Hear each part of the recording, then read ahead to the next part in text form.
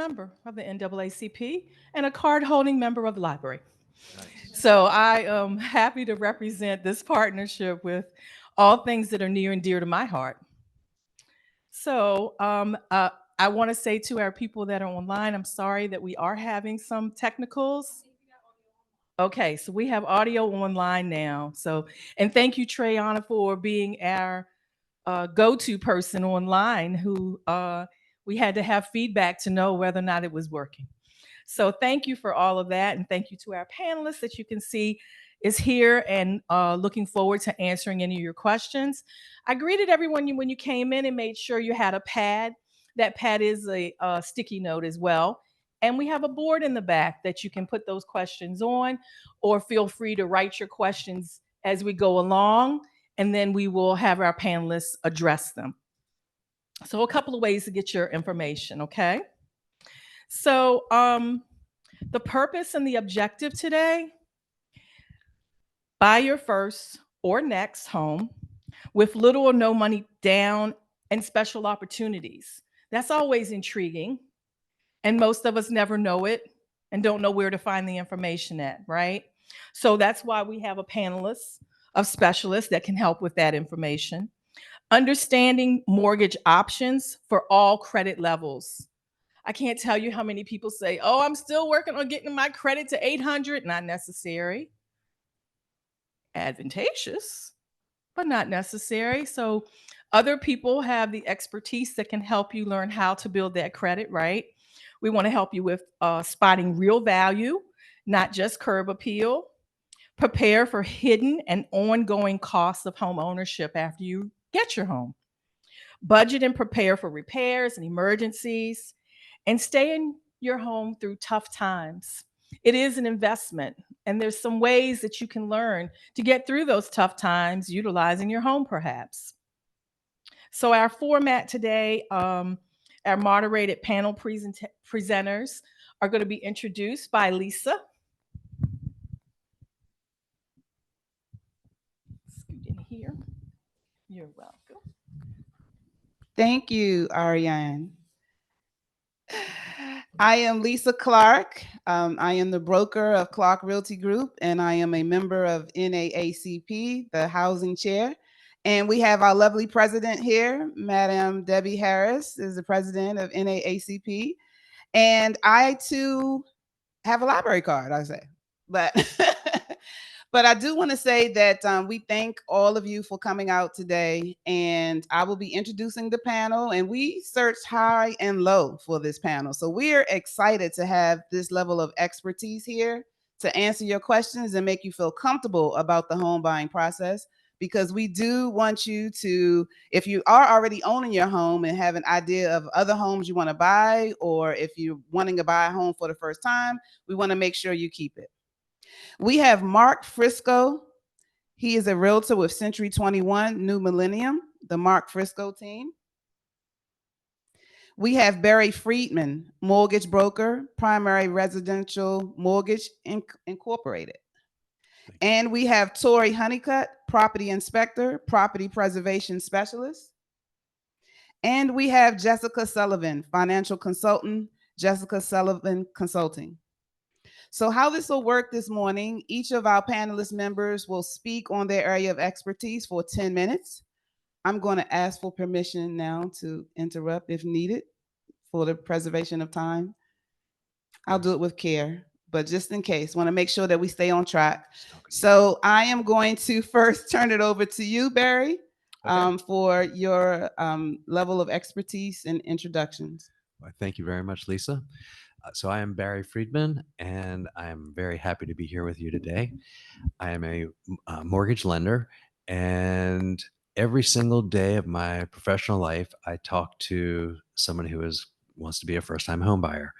And in that conversation, it's always the same.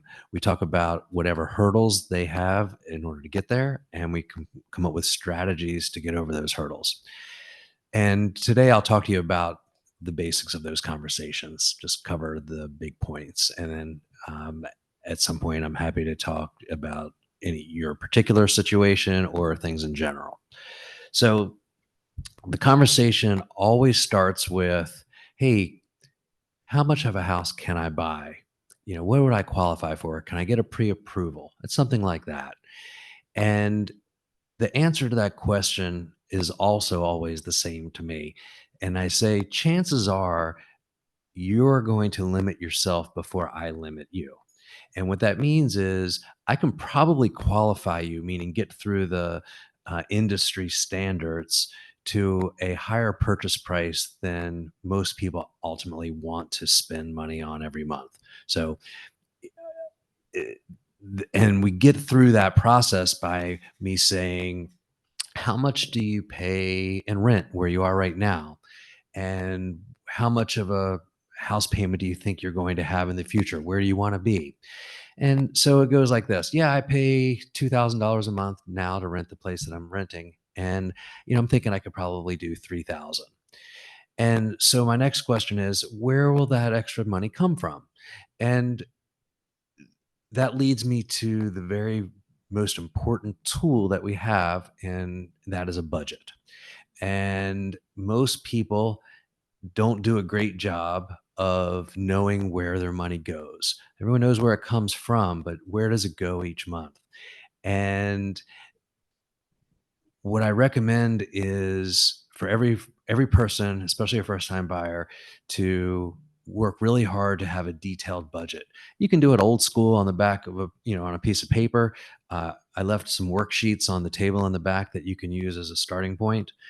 Uh, there's lots of apps that do budgeting, and your bank probably has one, and most people figure out where they can save money. They're surprised at where their money goes each month, and understanding that, in my opinion, is the very, very first step in this homeownership journey. So happy to help, or any mortgage loan officer that has experience, or financial planner, or maybe we'll hear about others resources. Uh, Definitely do the budget. That's number one. The other big challenge for homeowners is, and you all know about credit, right? So credit is a measure of how likely you are to repay the loan, right? If you have great credit, the odds are, from my perspective, you're going to pay the loan back.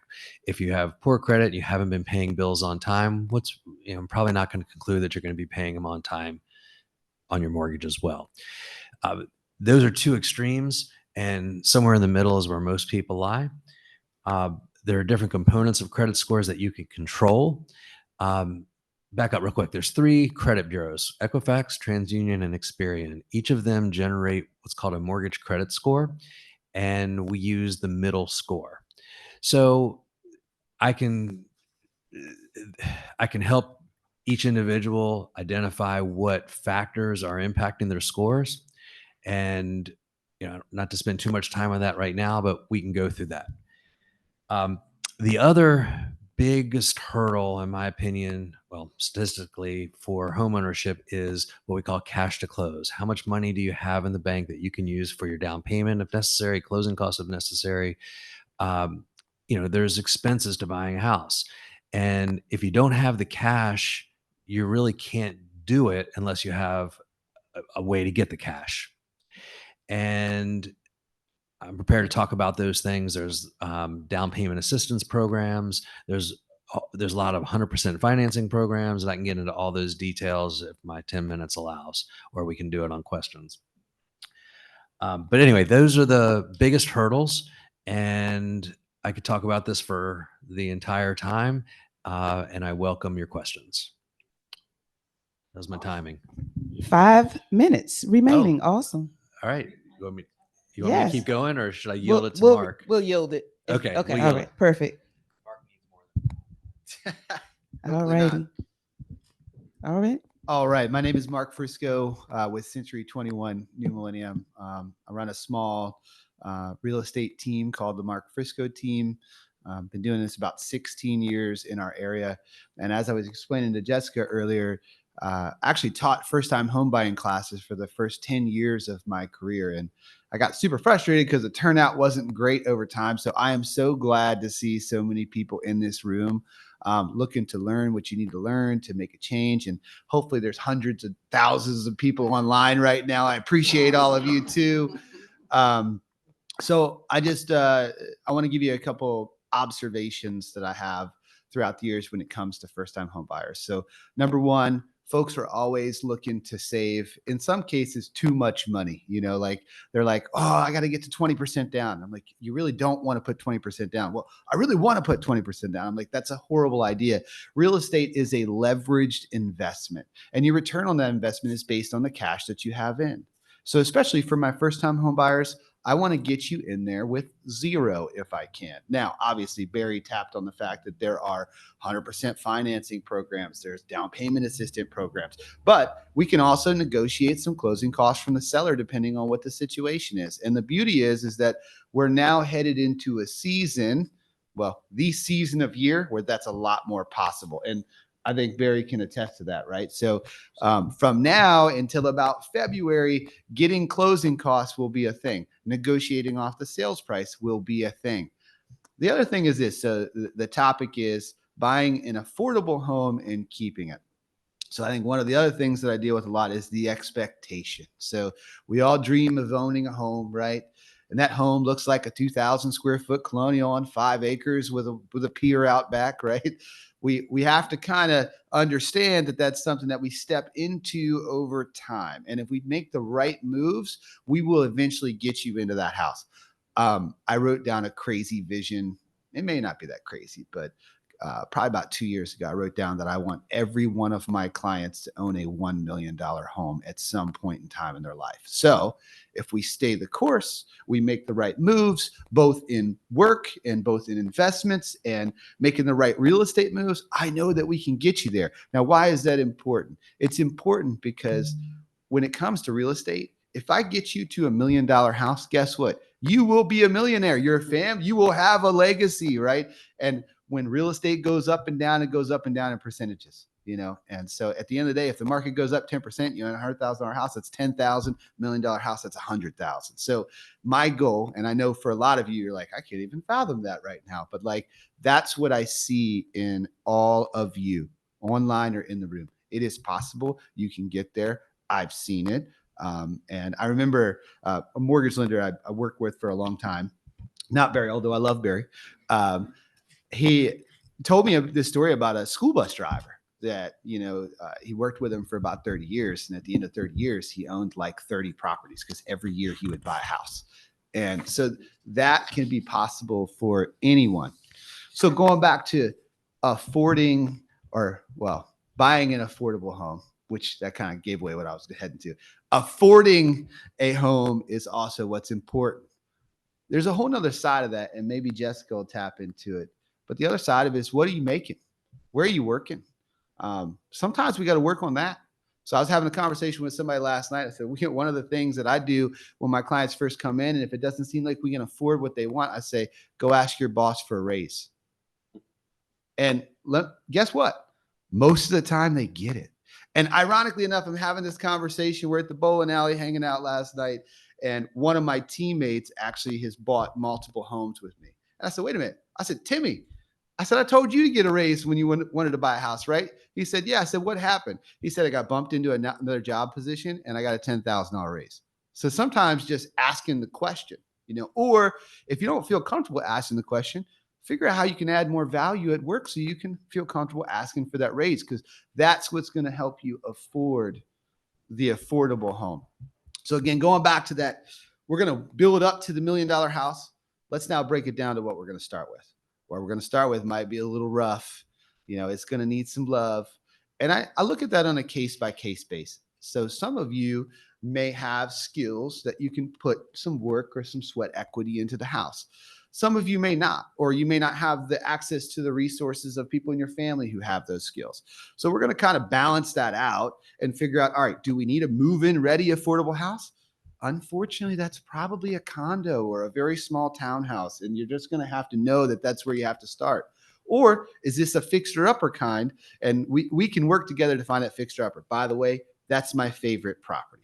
So Barry's world can be very rigid. And figuring out how to navigate the intricacies of that in a way that sometimes he does not need to know about is how we can get people into those affordable houses. We have to figure out, how do we navigate this system? One of the things is there's a 100% financing loan out there called a USDA loan, which fortunately this area qualifies for. I'm sure Barry will talk about it at some point. That loan, very few people know that you can actually roll in up to 10% of the sales price in repairs, as long as they're done within 2 weeks of settlement or prior to settlement.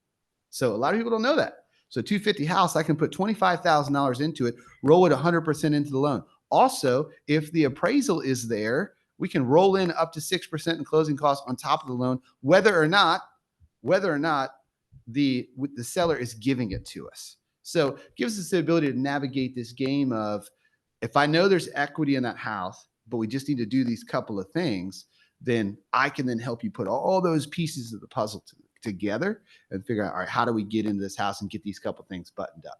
And things that were scary, like you may go into a house and the inside of the house is perfect, but the HVAC unit was stolen and the roof's bad. Well, I can take care of those two things. Everything else is great, right? So it's figuring out the strategies of, all right, how do we get into that house that everybody else is kind of running away from? And then also knowing, should I run too? Now, granted, he'll help answer these questions. Mr. Torrey over here will help answer these questions, right? But so that's the way that I look at it. I want to encourage my clients to work hard, get a raise. If not, I literally had a client a few years ago. I found her a job. Like literally, I called one of my friends and said, hey, do you need an administrative assistant? He said, yes. I said, cool, I got somebody for you. She'll be over tomorrow. She was hired. 2 weeks later, she got a paycheck, So that's the level of which I look to care for the folks that are sitting in front of me. And again, my purpose in life is to have impact. And my hope is that today I'll find a way to have an impact on somebody in this room. So cool. Perfect. Thank you, Mark. Thank you. We are now moving over to Tori. Good morning, everyone. I'm Tori Honeycutt. I'm home inspector and environmental inspector as well. I've been doing inspections for 23 years now. So once you meet with Barry, Mark, then you have to come to me, which AKA they call me the deal killer. So once you found that house that you really love, and Mark took you out, you say, oh yeah, I'm gonna have family and functions, and you thinking of all these future things to happen, then I come and give you a reality check of what's really going on in the house. So the importance of an inspection is saying, hey, I brokered this deal. Now I need to I'm bringing my professional in here to tell me, do I need to make additional negotiations on this process? So like I said, this time of year, they were saying that this is the time where you can maybe ask for repairs, maybe ask for credit. That home inspection is going to be the part that's going to help you get that point. So if I'm looking at a home and the inspector comes out, and you want an inspector, the great thing about the state of Maryland that he has to be licensed. So you can look your inspector up to make sure his license is actually legit. So that's the first thing you should always do, is just vet your home inspector and actually talk to your home inspector. If that company doesn't want to talk to you and explain to you what they're going to be doing for your home, I would probably choose a different company, because you want to know, and you want to know what tools they use.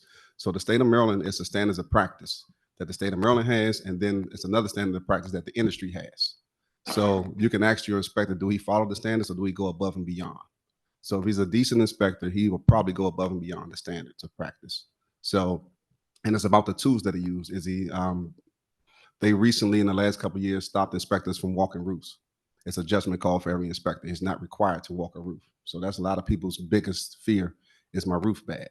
So if you're an inspector, you got to ask them, how are you going to inspect my roof? Because I know that your guys are not required. So too many guys have fallen off roofs over the last 10 years. So they stopped people inspecting. So it's a judgment call. So does he have a drone? Does he use a telescope? How are you going to inspect my house? Do you have thermography, thermal imaging? That's where you can scan the walls to see if there's any moisture or air intrusion coming into the home. What type of moisture meter? Is he buying a moisture meter from Home Depot? Or do we have a true moisture reader that can tell readings in the house? So these are questions that you can ask your inspector. What kind of tools are you using to inspect my home? Because that's going to be important, because he only gets one shot to get that 2 to 3 hour chance to look at it. And it's only the condition at that time. The way the rules are set up, you have to sign a pre-inspection agreement. And you won't hear this much often, but the rules are designed to protect the inspector.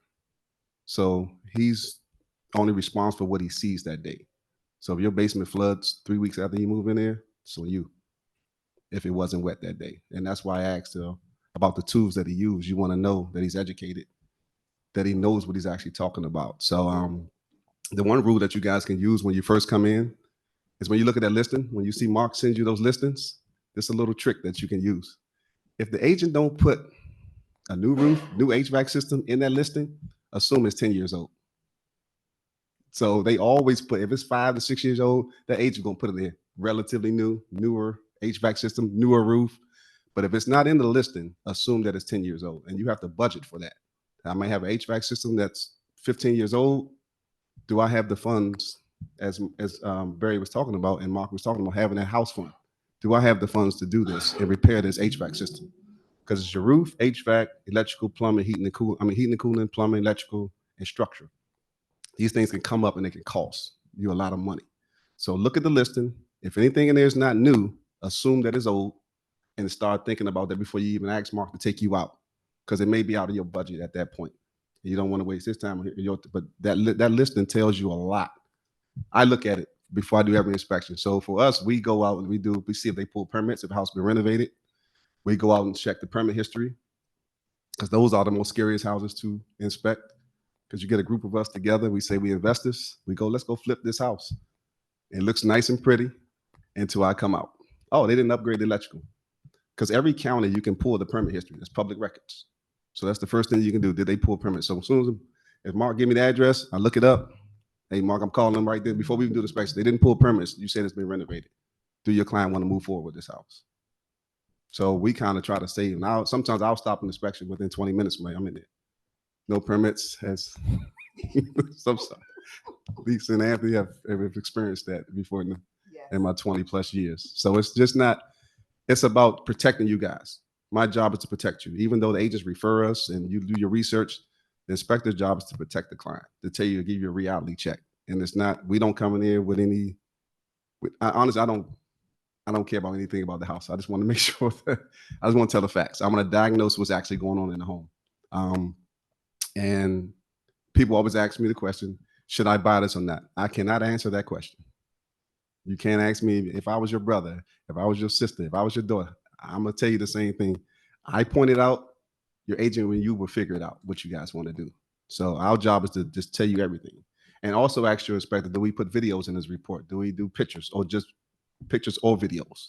So a good inspector will add videos into his report to date it, to state this is what's going on at that time of inspection. So environmentally, if you guys have small children, elderly people, if you bought a house from 1990 on out, I would also recommend that you get an indoor air quality check. Since 1990, they build homes airtight. They build homes for energy. They don't build homes for safety right now. So every new home that's built nowadays is built with formaldehyde in it. So if you buy a new house, it has to off gas. So I would advise you guys, if you're buying a new home, you have a house built after 1990, it's more airtight and you're more prone to have mold issues, radon, and possibly formaldehyde issues in the house. So yeah, I'll answer all questions once we get to that point. I'm going to keep it moving on. All right, awesome. You guys are doing excellent. Thank you so much, Tori. Moving over to you, Jessica. All right. All right, I'm Jessica Sullivan. I own Jessica A. Sullivan Consulting. I'm actually going to give you a little backstory about me so that you guys can understand that I relate to a lot of people that are going to be in this audience that are online. What was it? Probably 2014, I started out in the car business as a single mom living in a basement apartment. I gave myself 2 years to buy a house. I am a very A-type personality, so I did all the research I needed to do to figure out what my budget was probably going to be, what loan product I wanted. And by the time I was ready to buy, I actually told my lender what we were going to do. But I say that because I ended up buying a home that was not turnkey. I went in there, I renovated it. I bought this house for $197,000. We worked them down some. My house is worth over $450,000 now, right? So had I tried to buy something more expensive, let's put it this way, back then I would have not been able to buy a $450,000 home. My income did not support that. But because I went and bought something that was in my budget that was not turnkey, I was able to build the equity in my home. And that might not be a big deal to some, but what I'm able to do with that equity now is a game changer, right? I can pull it to do renovations. I can pull it if I wanted to put my kid through college, that he doesn't have to take out student loans. God forbid something happens to my kids or my mom, I can pull the equity out to cover me for things. So I also, in the car business, was blessed to deal with many people from various backgrounds. So I had people that could only afford maybe a $9,000 car to people purchasing $100,000 cars from me, right? People leaving, telling me they can only afford $200 payments, to people leaving in $1,700 a month payments for their cars. And what that allowed me to do is see how people spend money, how they save money, what they're able to do with it. There's no reason an 18-year-old can come purchase a car from me with an 850 credit score, right? So I sit there and I have these conversations with their parents, like, how did that happen? They're like, oh, I put my child on my credit card when he was 15. I have perfect payments and I have a large limit. Therefore, every time I make a payment, it looks like my child is making a payment, and he can't touch my credit cards, but he gets the value in it. So I was like, okay. So I did that with my son. So sure enough, when he turned 18, he was still in high school and he got to sign for his own Mercedes-Benz, right? He actually had a better credit score than I did, and I'm the one helping his credit. So eventually I ended up moving into lending because I saw when I was purchasing a home, how important my lender was in the process. I had a couple of lenders be like, you need to get your credit score up. I think I had a 720. I needed to get my credit score up and I needed to make more money. I had a lender say, no, you're good. Let's rock with this. And sure enough, we were able to. And like Mark said, I ended up using a USDA loan. I didn't have a lot of money to put down. Didn't have a lot of money for closing. My lender wrapped the closing costs into my loan so that I only came out of pocket, I think it was like $1,500 for my whole purchase. So now I've come out of pocket $1,500 for this house.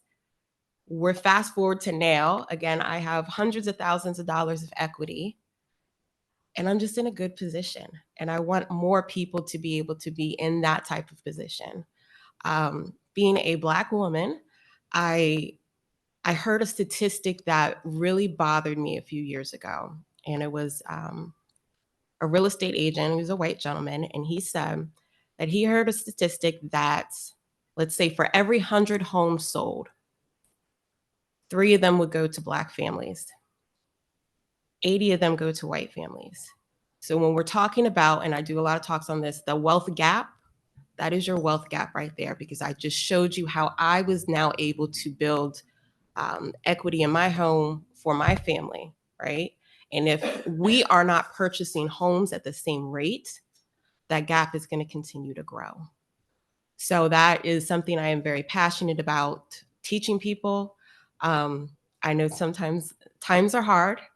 I try to throw different ideas out there, right? So if you're making $30,000 a year, let's be realistic, you're not buying a home. You're not. But if you're making $30,000 and your brother's making $30,000 and your best friend is making $50,000, well, now you might be eligible for a house. You don't have to do everything independently, right? Put your funds together, purchase a home. And a lot of people are like, well, what if we break up or we're not friends again? All right, refinance the house, give them their portion, let them go. Sell the house, you now have equity in it. Rent it out. What's the alternative? You never buying? So I sit down with people, I go over stuff like that. I know I was spending a lot of time getting people just in a place to be able to get pre-approved for a loan, right? So I was like, let me step away. Let me turn this into a business. So I now sit down with people. I talk about budgeting, whether you've already bought the house, whether you want to buy. I have a book. I know you're talking about budgeting. So I literally have a book. I have 2 books that you can purchase. One is geared a little bit more to home ownership. It lets you list out all of your debt. You can month by month make sure you're checking everything off, that you're paying it, that you're saving. You can watch the balances on your debt come down. It goes over credit scores. It goes over what you should expect when you are purchasing a home.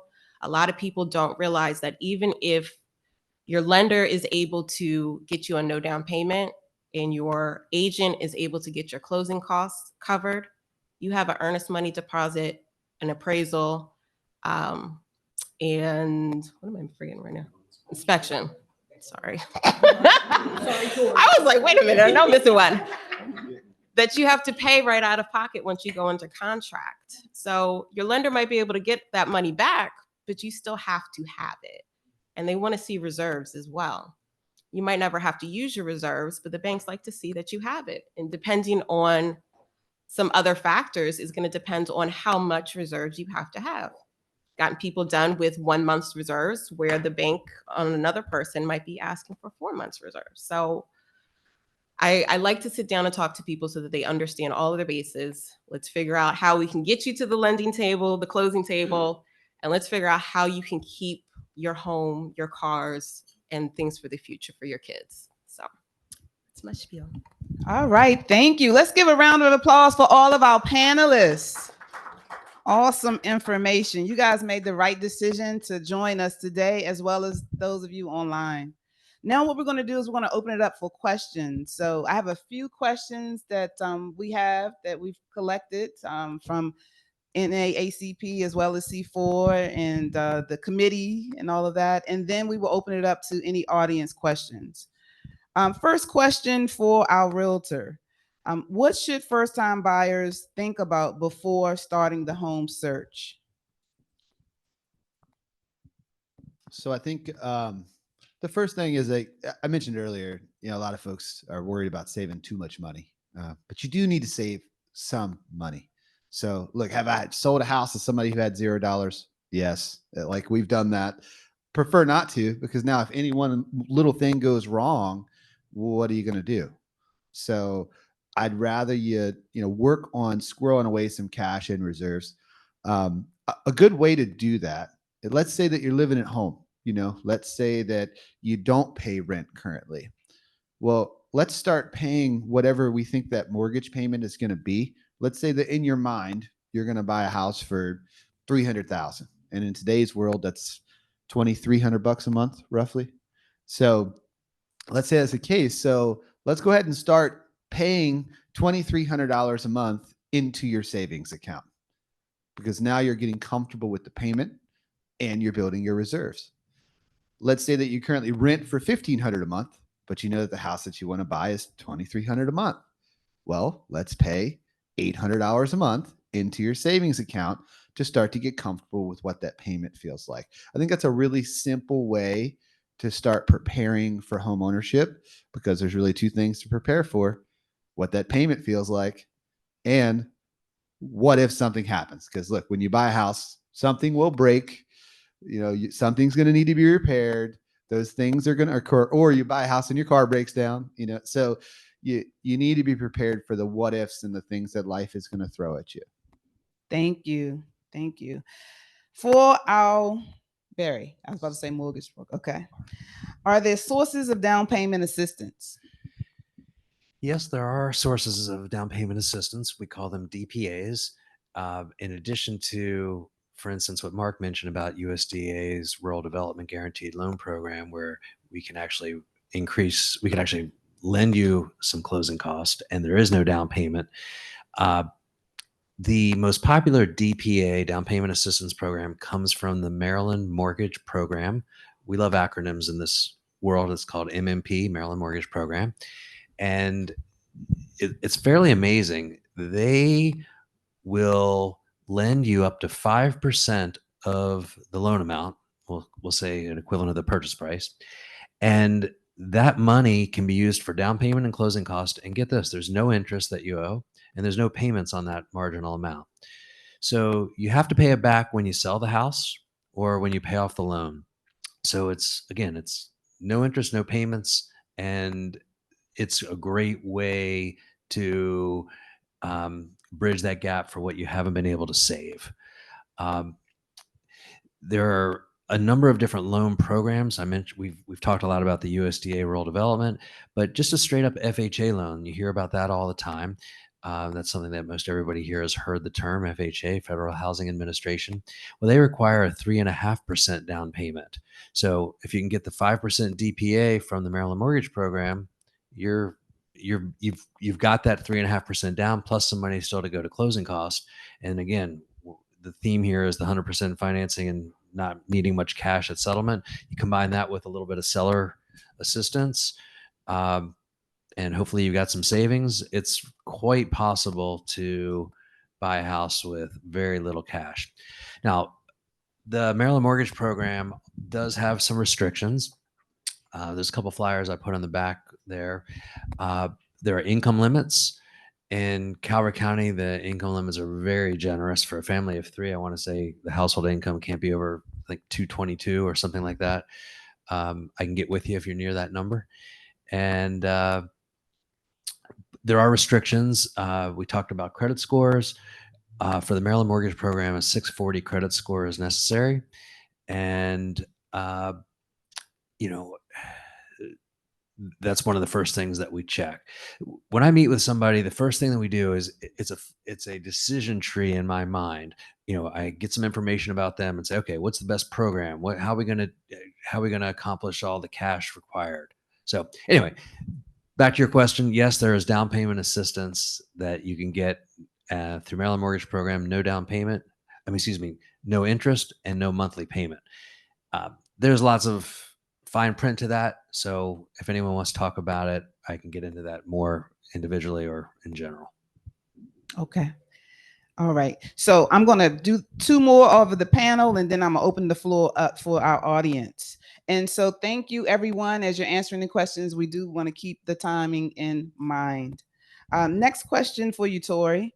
What are some of the key factors that affect the actual value of a house and whether it will qualify for a loan? Those are things such as the roof, especially if the appraiser's coming out to take a look at it, or if you're going through VA or FHA, they're going to look for like peel and paint, safety issues. We call it safe, sound, and sanitary. Handrails, smoke detectors, value. If you got water issues, like I said, bad roof covering, HVAC systems are starting to fail. Those things going to be out of pocket for you guys. But yeah, it's just the water intrusion is the number one, and like a roof will be the biggest issues. All right. Thank you. And Jessica, now let's say if they own their home now, and if financial hardship arises, what are some steps that homeowners should take, and when should they take them?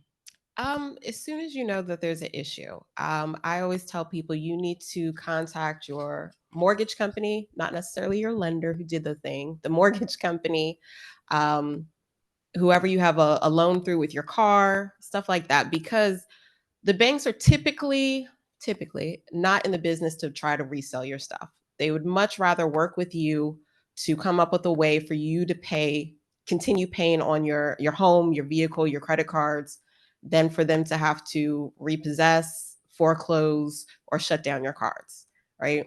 Banks work off of interest. If you're not able to pay interest, they're not making their money. So they're going to work with you somehow if they can. So definitely contact whoever you have the loan or you owe money to and have a conversation. A lot of times you can do a loan modification.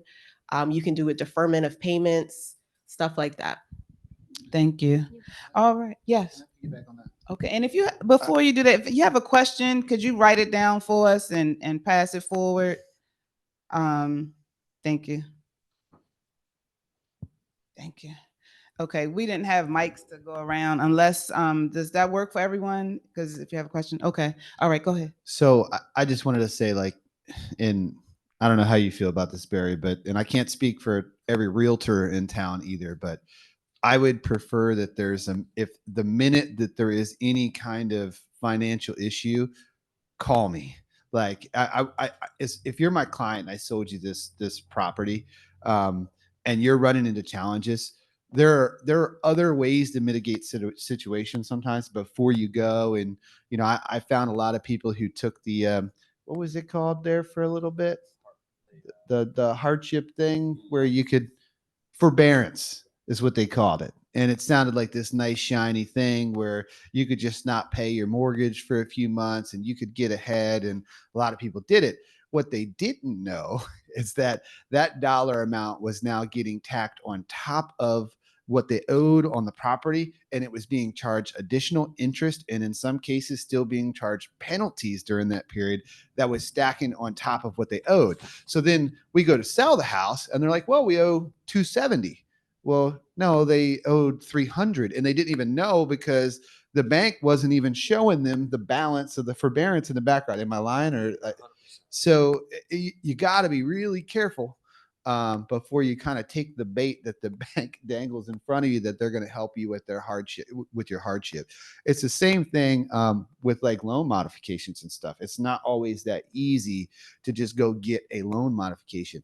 So I just say, like, seek counsel, seek advice. I mean, call Jessica.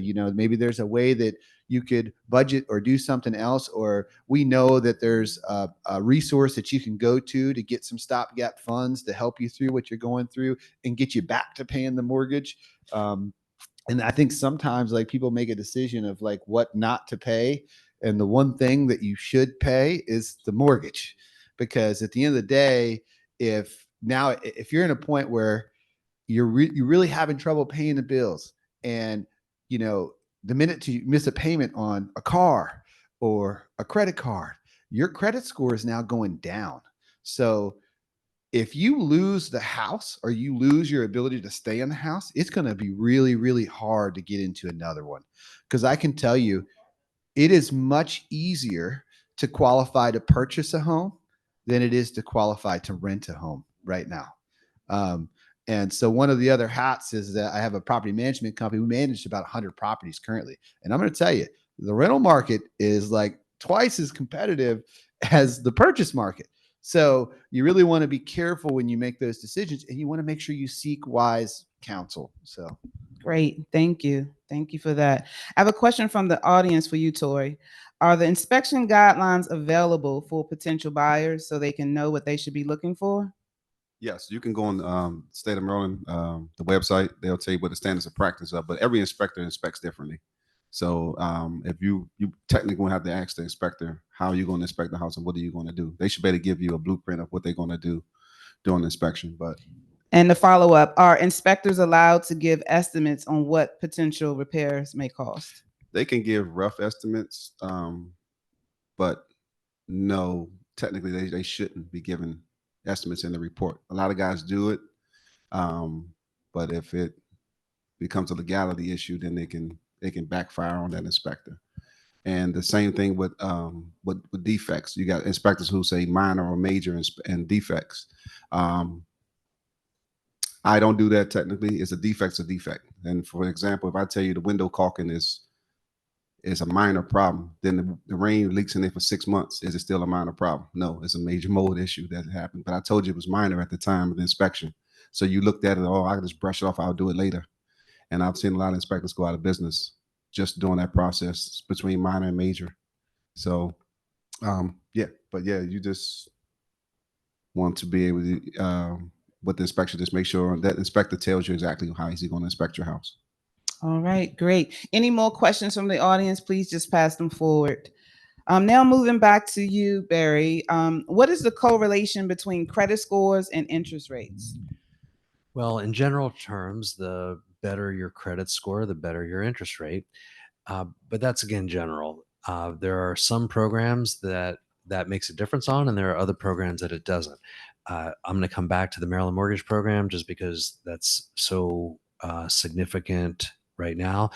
There's no bearing.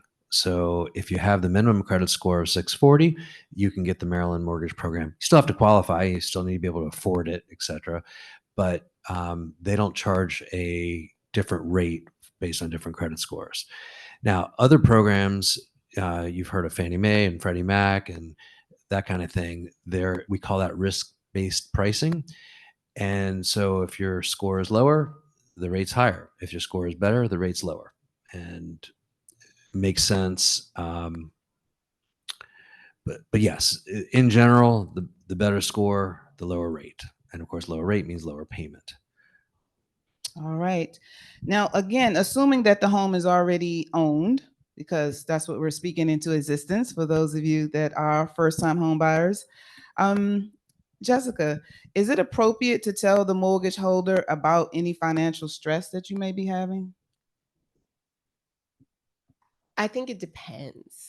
Kind of like what Mark was saying. Like if you're just destitute and you know like you're not going to be able to ever catch back up, maybe you need to talk to your agent if you want to use the same one, if you want to go with a different one, see if there's other avenues. If there isn't, then yes, talk to the mortgage company and see what they can do to help. I do know like this one lady, she was in foreclosure. She spoke with them, and they gave her some time to get herself out of it. Especially if you're like in foreclosure and you're trying to sell the house, sometimes they'll work with you on delaying their process. But yeah, like Mark was saying, I would definitely look at all avenues first and then kind of contact the mortgage company and see if everything else fails, what they can do to help. Great. All right. And speaking of Mark, what are the biggest mistakes you see first-time buyers making when searching for a home? Looking for the big, shiny, bad house. I mean, that's ultimately everybody wants the most beautiful thing out there. And I think everybody gets kind of caught up in our culture, right? Our Instagram culture. And the first time home buyers today, I mean, a lot of them grew up in this nice, $500,000, well, that's now 750 or 800, colonial on an acre or whatever. And because of that, in their minds, that's what a home should look like, because that's what they were used to growing up in. So they just can't wrap their heads around only having one bathroom or one and a half baths.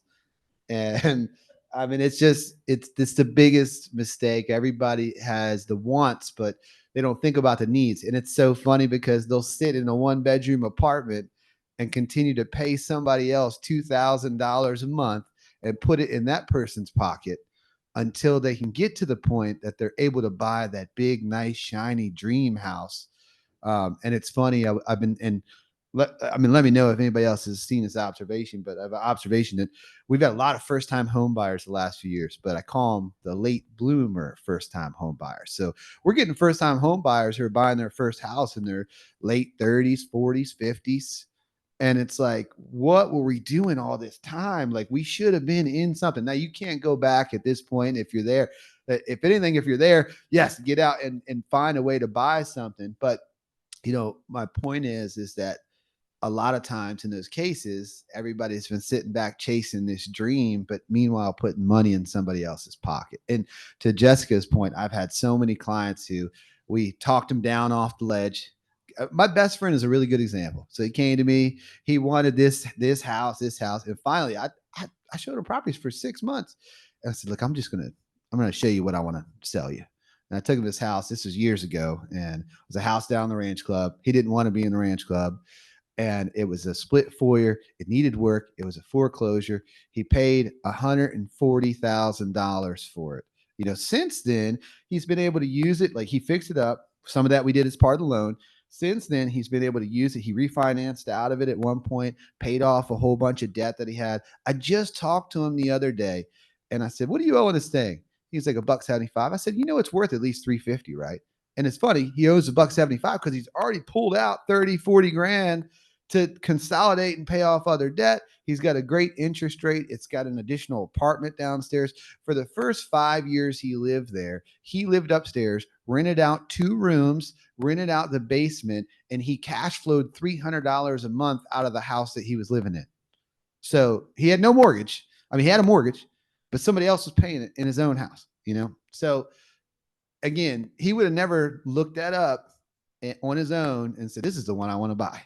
And I think that that's one of the protections that you should look for in your agent, to hopefully not just sell you what you want, but sell you what you need, I guess is what makes sense. So I love it. Yes, I'm so excited. Yes, please. So one thing I do notice with like a lot of first time home buyers, a mistake they tend to make is they max out their pre-approval without the knowledge that your property taxes are going to go up and your homeowner's insurance is going to go up over time. So now you've completely maxed out on what you technically are allowed to buy, and that $2,500 a month is eventually going to go up to 26 to 27 and whatever. So I think they need to keep in mind, like, and especially if you're buying a brand new build, your property taxes are going to jump eventually because you now have a property on improved land. So keep that in mind when you are buying as a first-time home buyer. Yes, thank you all. And this is information just to empower you. So we don't want to frighten anyone. This gets to sound daunting sometimes about home ownership. But as you know, and you've heard from the panel, the beauty and the joys and the things that you can do with home ownership. So I want to make sure that we keep that in mind. And it's just important to be aware. And once you assemble the right team, then again, it's something that you can look forward to doing and taking advantage of all the benefits that come with home ownership. Are there any other questions in the audience before I go back to our, no, yes? No worries. I really enjoyed the comments from all of them. I'm a realtor off the seaport. That's interesting. That company for additional information, because I feel like I'm still a new realtor. But I had the intent, but I think this is for the mortgage.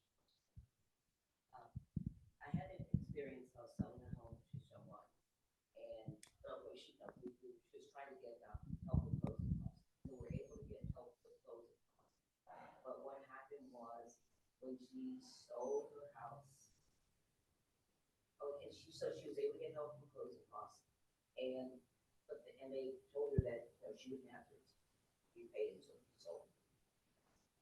And then they couldn't remember where. You know what I'm talking about? Yep. You know what I'm talking about?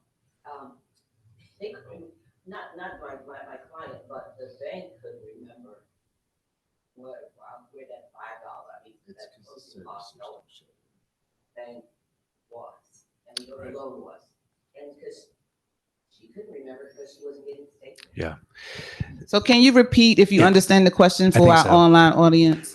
So the question is, when a person gets a down payment assistance loan and it comes time to sell the house some years later, they've lost track of that DPA, the down payment assistance loan, and forgot that they owed it. And when it came time to sell, they had that amount that they had to pay back. And She was fortunate; she didn't have to, but she didn't remember. She didn't remember the name of the company, and it changed hands. Yeah, I can't speak to that specific situation, but the DSELP, there's this other loan out there. There are some down payment assistance loans that you don't have to pay back, and they are not really in Calvert County. They used to be. So it's called a DSELP. Anyway, the bottom line is, we have to keep good records. We need to know what we owe. And some of the loans, I'm guessing the one that you're thinking of, had a scenario where 20% was forgiven, and after 5 years, 100% was forgiven, and there was nothing left. So, yeah, there's lots of nuances here, and it's important to know where you are and what you're doing. That's the only thing I can offer. Yeah, Mark. So I've had clients that were in the scenario where they had taken down payment assistance, and the servicer doesn't, like, when you're getting your mortgage statement and they show you what you owe, it doesn't show that on there in a lot of cases. So again, like, it's important that you know at the time that you purchase that you've got this additional loan out there that needs to be paid back, because it's basically just sitting as a recorded promissory note, in the land records, and it's never really knocking on your door telling you that it's still there. So obviously 10 years later, in some cases, folks are like, I didn't realize I still owed that, because you just forget about it. And that does happen. I've had it happen on several instances. So I think for you as an agent, how you can prepare for that is, did you get any down payment assistance when you bought the house? And if they're not sure, see if you can investigate further. Is the lender that they work with still in business? Maybe you could find out there. I mean, it's also in the record. it's in the. I wasn't going to go there because it can be hard to navigate, but you can find it attached to their name in the land records too. It would be recorded against them. But yeah. All right, thank you. Any other questions from the audience? All right, so we'll move to you. Yes. Okay. There's a person who's interested in having me sell one of the homes they own. And this house is old, it was built in 1920. And it has a wood stove. Question for the home inspector. There's a property that you're going to be selling as the listing? As a listing agent, and it's built in 1920, and it has a wood stove currently. They never converted, so they have a wood stove. Yeah, wood stoves, fireplaces, things of those are like wild cards in an inspection because they had the old terracotta clay liners before they were used in the early 1900s, and they're no longer safe to use now. So a lot of times those come up in pretty much 90% inspections that they're going to see a new liner is going to probably be needed if they want to keep it. If they want to keep it, they're going to have to do a new liner, and that's going to come up in an inspection report.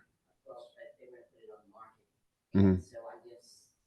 Well, they can get someone to come out and look at it first, and if they want to get it like what's called level 2 inspection on it, they can get it to a chimney company to come out, take a look at it, and to give a recommendation for it. But they're going to recommend a new liner be installed.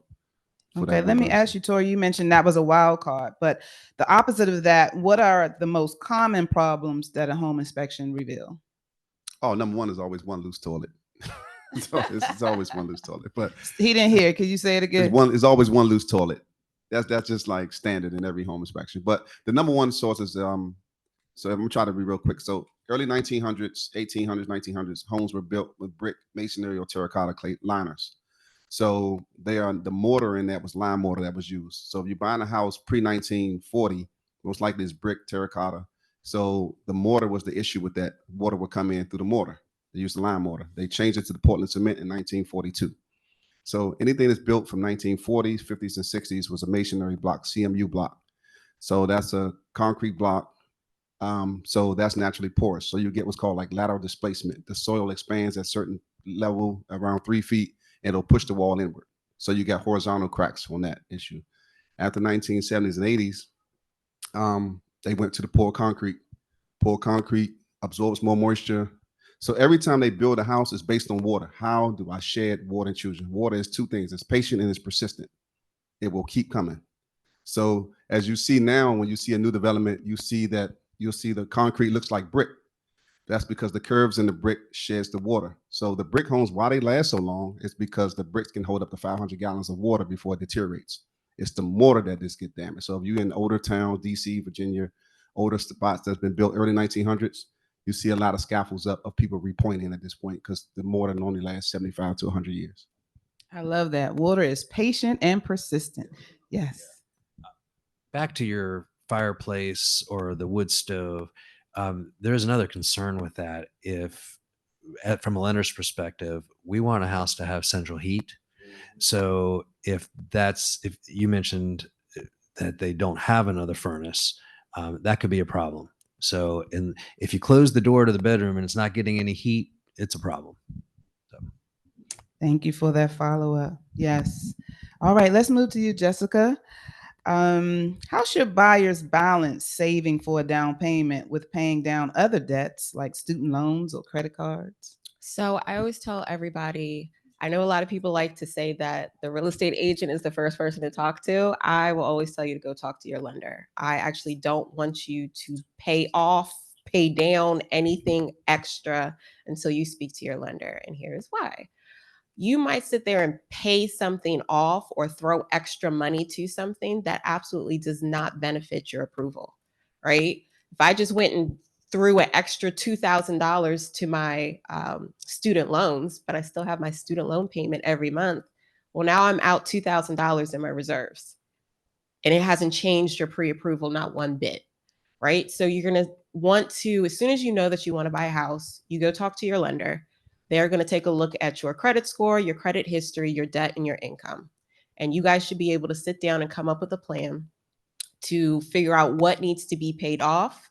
If you need anything paid off, let's say you have a credit card. You have 2 credit cards that have a balance on them currently for like $3,000 each, but the monthly payment might be slightly different.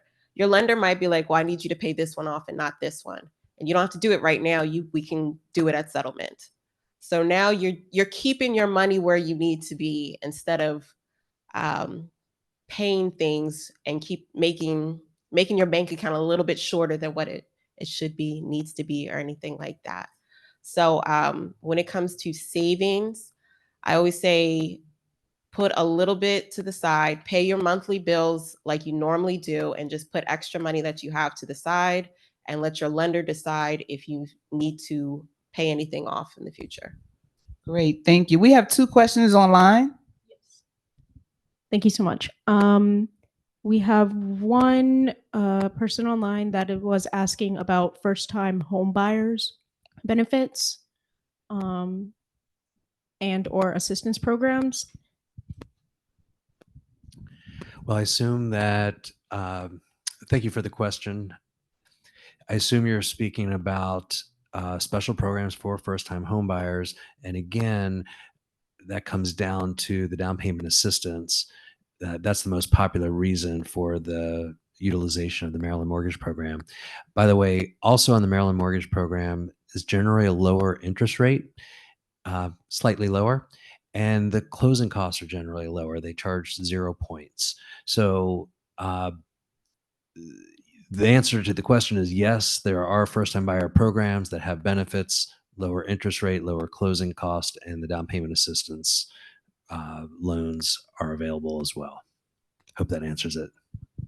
Okay, thank you so much. The second question was, one of the reasons I've hesitated to purchase a home is because I wasn't sure if I wanted to stay in Maryland long term. Is that a bad reason to not start the home buying process? Yes, probably. So, again, what are you going to do in the meantime? You know, so you're going to sit back and rent and pay somebody else's mortgage ultimately. And it's funny, you know, I have some tenants in one of my properties that were in that exact scenario. They didn't know how long they were going to be here. So they didn't want to buy. I talked to them about purchasing. They decided not to purchase. They've been in the house for 8 years. So what's funny about, look, it's great. I mean, they pay me on the 30th of the month before the next month. They're amazing tenants. They're taking great care of the house. You know, but in the meantime, I mean, I think I've paid off $60,000 of that mortgage since they've been there. And then what did home values look like 8 years ago? They've like doubled. So literally, if they would have bought that house that they were living in, probably about 250, you could have bought that for 8 years ago, and today it's worth about 400. So literally, they missed out on $150,000 in equity, plus what they would have paid their own mortgage now, which is like another 60. So, you know, in 8 years, you could miss out on $200,000. That's the answer to your question. Now, look, if you're planning on moving in 6 months or a year, then yeah, maybe not. We may not want to do that. Unless you buy something with that in mind, knowing that this is something that I could leave in a year if I choose to, and I know I'm going to be able to cash flow it because we've already broken down what that property looks like from a rental standpoint. Now, if we use MMP, we got to be careful because that's one of those stipulations. If you take that down payment assistance, you're not supposed to then turn it into an investment property. And you will get letters in the mail that tell you, hey, I see you've moved. I've had it happen to several of my clients. They had to refinance out of the MMP. So again, we would then make decisions based on what loan type we're going to use because we know that at some point this may be the case. We're going to make sure that the property cash flows. You know, we're going to take a look at all those things based on your situation, your needs. So. Then I have one more question. If you are married but your name is not on the mortgage or deed, do you still apply for first-time home buyer benefits?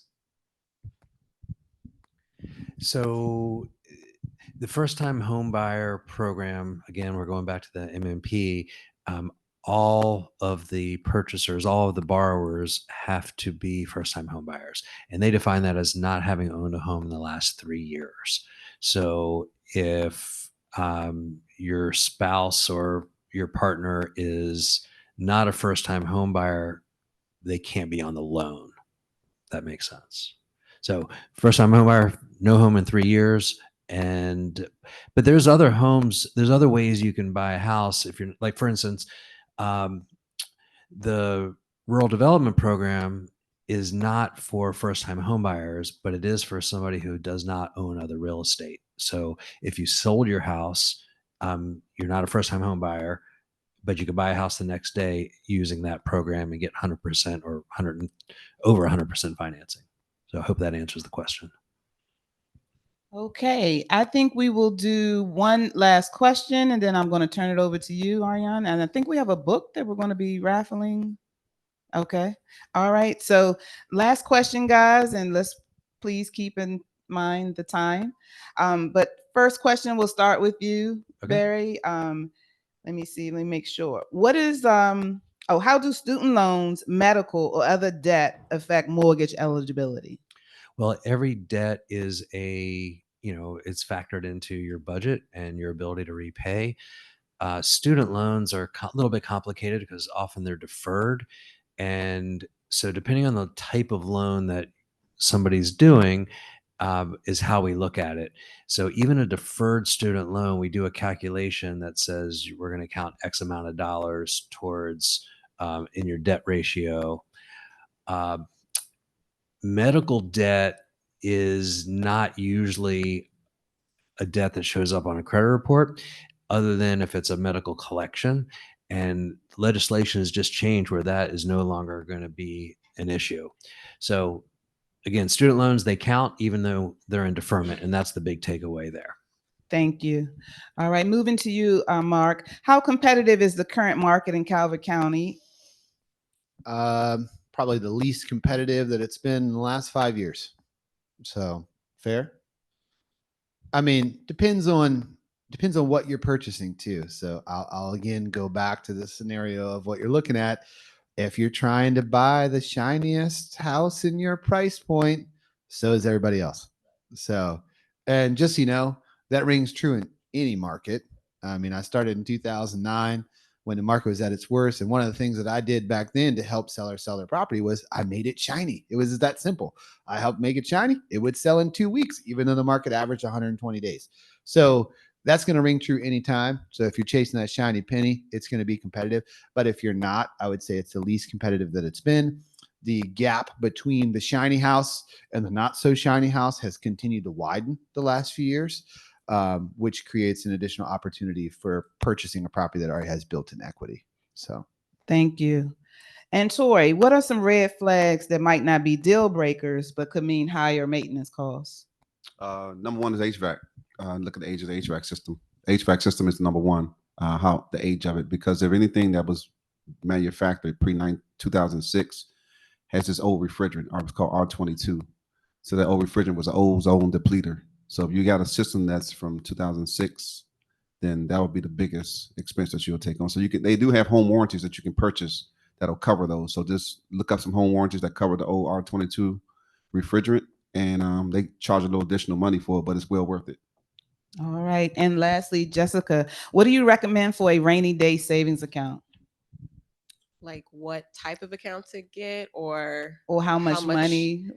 So that's going to just depend on your income and your lifestyle, right? So I may not have the same savings goals as somebody that is making 60,000, and I may not have the same savings goals as somebody making 200,000.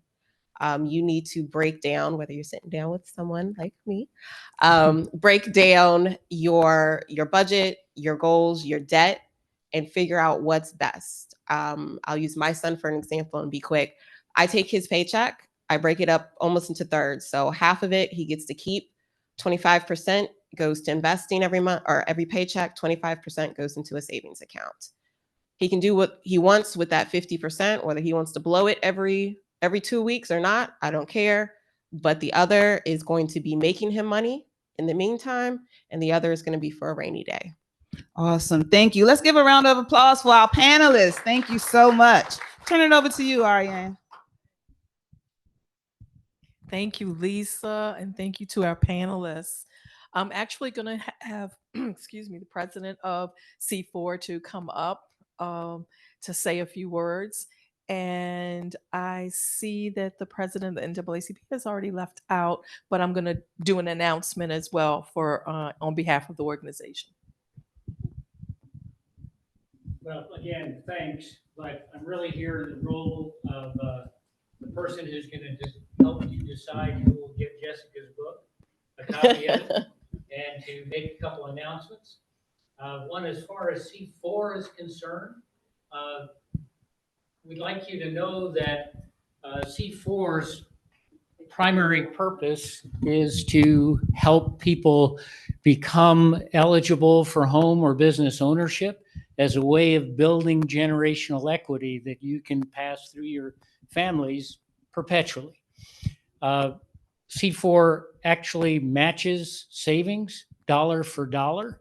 There's a financial literacy program, and we have C4 people work with experts in the various fields to prepare for home ownership or to prepare for running a business.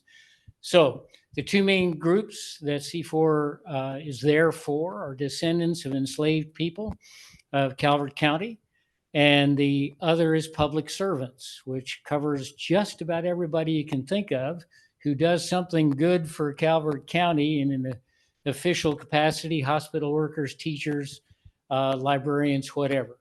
So take a look at our website, see if you might qualify, and if you are, get hold of us. In the announcements category, I've been asked to mention Lower Marlboro Day coming up on the 18th of September, and also that the C4 is having a fundraiser. All of C4's money comes from private donations or fundraising. On Monday, we're having a golf tournament to that end. And we had a donation for a team where the folks didn't want to play golf, but they were happy to pay for a team to play. The team that had been signed up has not been able to come on Monday, as it turns out. So I've been asked to say we've got 4 places as a golf team for free, Monday, 7:30 to noon. And the favored groups would be furloughed workers right now, the folks who are members of the local branch of NAACP, and C4 volunteers or client members. So if you fit in any of those categories, talk to me before you leave. Okay? The last thing is the grand raffle for Jessica's book. Not in competition, Jessica, okay, but it's a great book. On the table there's a bunch of free material that's available you can take away today, and about budgeting. And I think you heard nearly everybody say it's the key to your future, as much as we all hate doing it. Okay.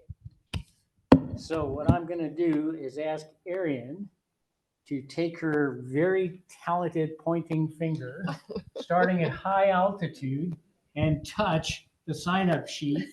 And wherever she touches, I've got them They're on on here. here. We've got them. Okay. And the winner is Arthur Goody. Arthur Goody. Arthur. Sir, you get the book for free. Congratulations. I know you'll find it useful. Over to you. Thank you. Thank you all. He touched on the announcement that I was going to make about Lower Marlboro Freedom Day, but I'll give the times. It is from 11 to 4 on Saturday, October 18th. And hopefully we have the same beautiful weather that we're having today. And I just want to thank you all and ask that you please help yourself to go refreshments. I know no one wanted to get up during the course of the time that our guest speakers were speaking. So please help yourself with to goes, and make sure you get some of the literature that Kip referenced that's on the table. And I wanted to make one last comment about the pads that I gave out for your questions. If you're not familiar, Calvert County's website, ourcalvert.org, is a source of resources for our community. So if you're looking for anything, Calvert County, don't ask Google. Google doesn't live here. Go to Our Calvert and give it a try. And many of the resources that we are discussing are also linked on Our Calvert. So try it out. All right. Thank you all. And again, we appreciate your coming. And I'm sorry for being on the floor. If you find any of these topics that we talked about today helpful, this panel is recorded and will be put on Calvert Library's YouTube page. So if you have any friends that you think they would find it helpful, please recommend it to your friends. Every month, we do have financial literacy topics here offered at the library. Jessica has presented like 3 or 4 times. We're really happy that she's back. So we've talked about estate planning. We've talked about financial aid, because FAFSA started on October 1st, if you have anyone that is going to college.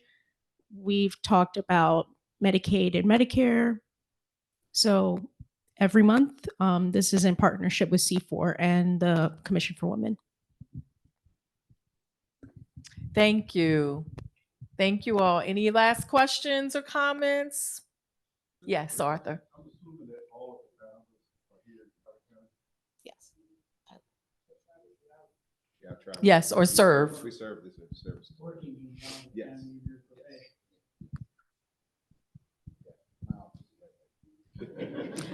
Literally, right there. And I want to thank Adrian for providing a beautiful table for us today and taking care of our refreshments. All right, thank you.